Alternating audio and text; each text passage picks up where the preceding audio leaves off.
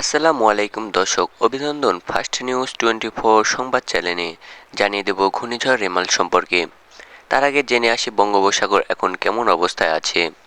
সামুদ্রিক আবহাওয়া বর্তমানে বঙ্গোপসাগর স্বাভাবিক অবস্থায় আছে, তবে আগামী 24 ঘন্টার মধ্যে দক্ষিণ পশ্চিম বঙ্গোপসাগরে একটি লঘুচাপ সৃষ্টি হতে পারে, যেটি প্রথমে উত্তর ও উত্তর পূর্ব দিকে অগ্রসর হয়ে প্রথমে সুস্পষ্ট লঘুচাপ ও পরবর্তীতে নিম্নচাপ, এরপরে 24 থেকে 25 মে শক্তিশালী ঘূর্ণিঝড়ে পরিণত হতে পারে।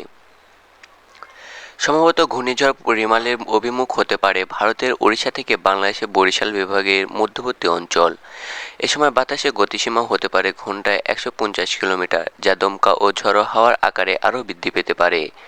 এ সঙ্গে আবহাওয়া অধিদপ্তর আরও জানায়, রংপুর, ময়মনসিংহ, সিলেট বিভাগের অনেক জায়গায় এবং রাজশাহী, ঢাকা, খুলনা, বরিশাল, চট্টগ্রাম বিভাগের কিছু জায়গায় অস্থায়ীভাবে দমকা, ঝড়ো হাওয়া, বজ্রপাত সহ বৃষ্টিপাত হতে পারে। দর্শক, আজ এই পর্যন্তই। ঘূর্ণিঝড় রেমাল সম্পর্কে আরও বিস্তারিত তথ্য জানতে আমাদের চ্যানেলটি সাবস্ক্রাইব করে রাখুন, কারণ পরবর্তী ভিডিওতে আরও ভয়ঙ্করভাবে নিয়ে আসছি ঘূর্ণিঝড় রেমালের খবর। ততক্ষণ ভালো থাকুন, সুস্থ থাকুন, আর উত্তর পশ্চিম আকাশে কালো মেঘ দেখলে সতর্ক হয়ে নিরাপদ স্থানে অবস্থান গ্রহণ করুন।